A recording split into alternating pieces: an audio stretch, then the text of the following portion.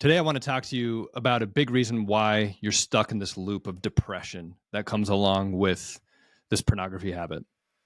This can be such a frustrating and maddening journey. And a huge issue with this whole thing is just the identity hit that this struggle has on us. It weighs so heavy on our heart and on our mind. And as a result of giving in, we oftentimes just rake ourselves over the coals, right? We treat ourselves pretty poorly. And that can be reinforced by our environment. Maybe you have a partner that gets extremely upset if you were to make a mistake and give in, especially if you were to try to hide it or cover it up or be dishonest about it. And understandably and rightfully so. They have every reason to feel what they feel.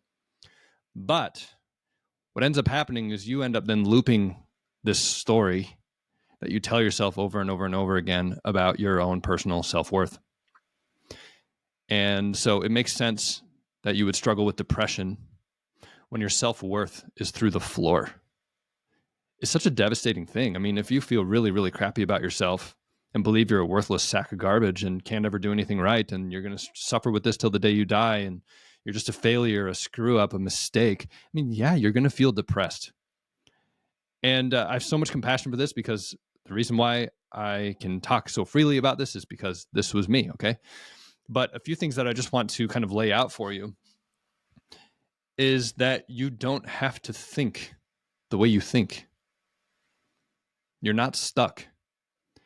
And it's the thoughts that you play and loop over and over and over again in your mind that is probably the cause of the depression you're experiencing. Okay, obviously there is consequences to acting out behaviors. You're going to feel down after that, but your thoughts are what generate your emotions. So in this situation, right, the circumstances, maybe you viewed pornography and the thoughts that you have around it are like, oh man, I did it again. I can't believe this. What the heck? Now I have to tell my spouse or partner. They're going to be so upset at me. Like, I'm just a screw up. I'm never going to change. It's never going to be good enough. Or you could even go into like one up things like, why is this such a big deal? I should be able to do what I want. I don't need to tell her about this because she doesn't need to know. This isn't her deal. This isn't her problem. This is mine. This doesn't affect her. Like, we can get into all these thoughts, and then the emotions come right with those thoughts. Then the emotions build, and as you experience them and feel them, they add fuel to the flame of those thoughts. It accelerates them. And my wife and I call this the tornado brain. We just get caught up and spun up in this thing. So your emotions then continue to build, and your emotions are what drive your actions. So a lot of guys say like, oh, I need more motivation. It's like, no.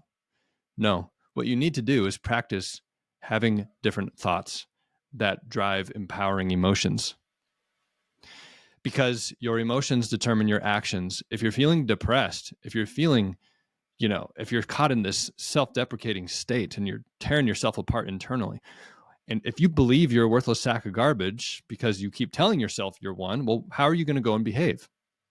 You're going to go behave like a worthless sack of garbage. You're going to give in to temptation at every turn. If you're telling yourself you can't control yourself, well, then you're going to feel powerless, and then you're going to go and behave as such. Yeah. So this is just very, very important to understand. And of course, those actions are determining the results, the chronic outcomes of your life.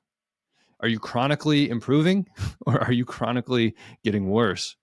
Are you perpetuating these negative loops in your life? So if that's the case for you, do not beat yourself up more. You're already beating yourself up. And oftentimes we use the shame stick and guilt and whatever as the whip to try to get us to change. And it may work short term, but long term it doesn't, because it's that same shame that's driving you to act out. It's that same shame that you're trying to numb. That's why you're using the porn to begin with. So using shame to overcome shame, it just simply does not work. What you have to do is use worthiness. You have to hold yourself in warm regard. You have to learn to treat yourself better, to speak to yourself more kindly, and in a way that generates empowering emotions instead of powerless, victimized emotions. Yeah. So just try this on for size. So maybe you gave in and viewed pornography. Okay. Own it. Just own it. It doesn't define you.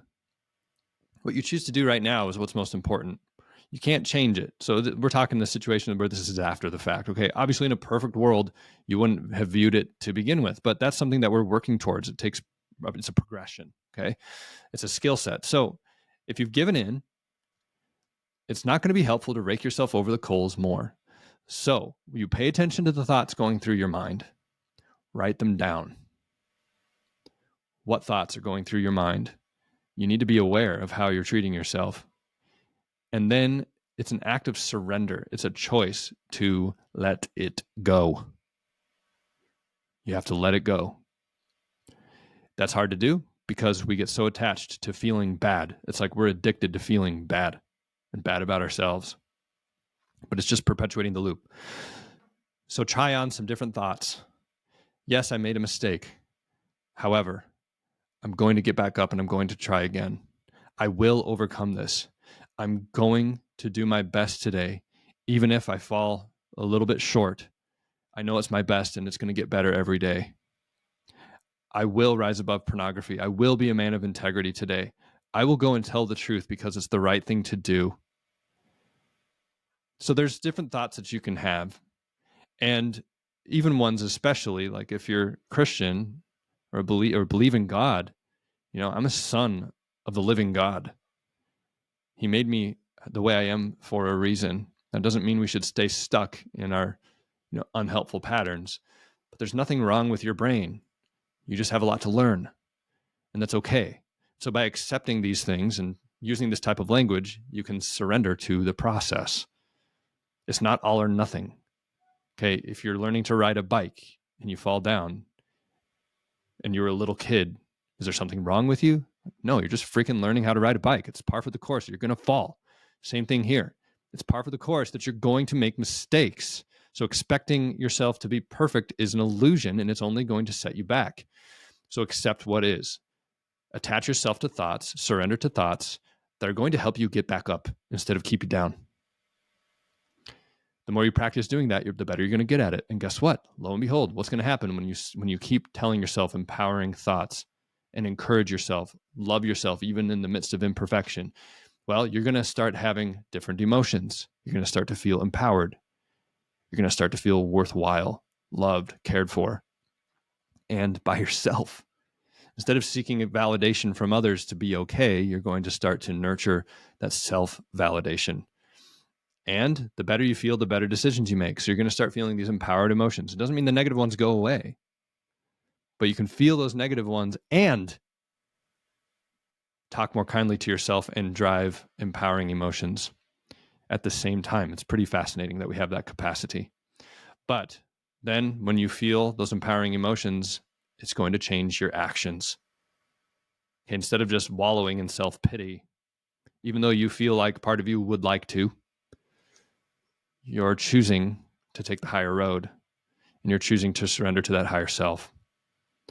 And of course, as you take those actions over time, you're going to build momentum.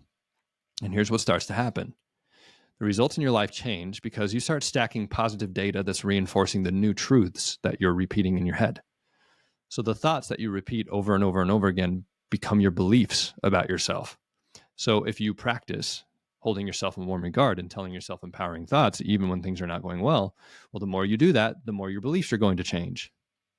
And then the data is going to start stacking in your favor. So that when you actually follow through and take the time to slow down, tell yourself empowering thoughts, and you take, feel those empowering emotions and you take better actions, well, then the data of that is like the evidence that your psyche needs to anchor itself to. It's like, yep, see these new thoughts, these are true, or they can be true, or they're becoming true. Let's do more of this.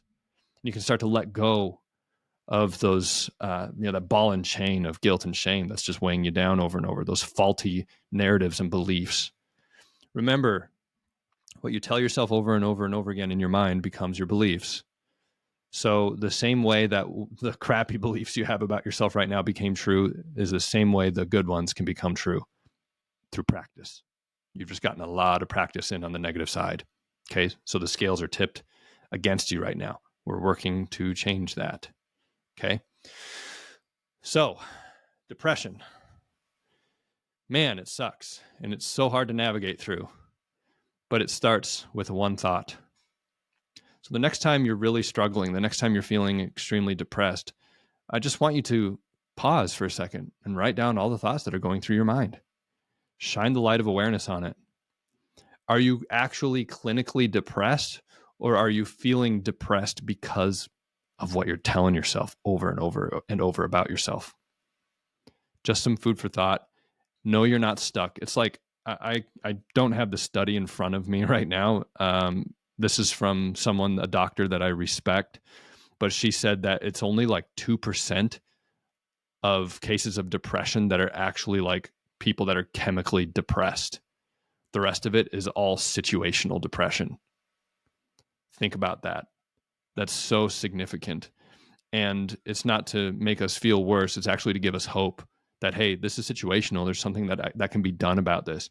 And my big thing that I want you to understand is that if you're struggling with depression, if you're struggling with porn, if you're struggling with poor habits, lack of follow through, lack of focus, like these are all skills that can be mastered. It's just going to take some time.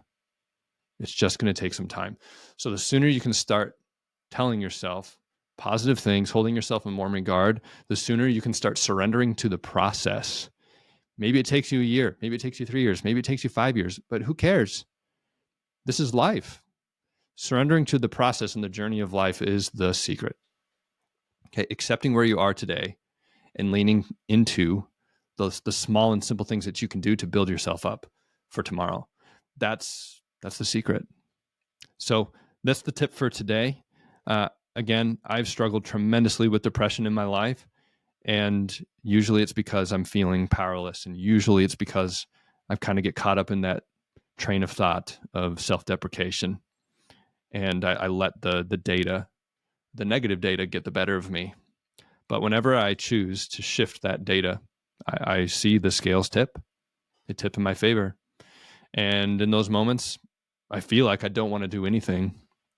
But I've gotten better and better and better at surrendering to things that are going to help me, right, get back up. Taking a long hot bath with some magnesium salts in it to help my body relax and calm down and release that anxiety. Cold exposure, making myself a smoothie that's loaded with nutrition, getting to bed early, taking good care of myself, going on dates with my wife, connecting with her, having fun with my kids, going out hunting, getting into the woods, prioritizing that first most important project for the day. Maybe I'm feeling anxious and stressed and don't want to do anything. So what I do is I pick the first most important thing, call it out, hold myself accountable by sharing with someone, probably my wife, what my intentions are, and committing to getting that one thing done, surrendering to it, knowing that once I'm through it, I'm going to feel a lot better and my momentum's going to shift. Again, this is all practice. So if you're struggling with this type of stuff, you don't need to do it alone. If you're watching this live, or if you're watching the recording here, if you're not a member of the Porn Free Brotherhood, it's free. I encourage you to join. There will be a link below this video when it's posted. And if you are, and just not where you want to be yet, I encourage you to just get in the ring and start taking it one step and one day at a time. Ask for help. You just get involved, right? Post, ask questions, because if you take that action, you're going to start getting more key insights. It's going to allow you to see yourself more clearly so you can make meaningful change.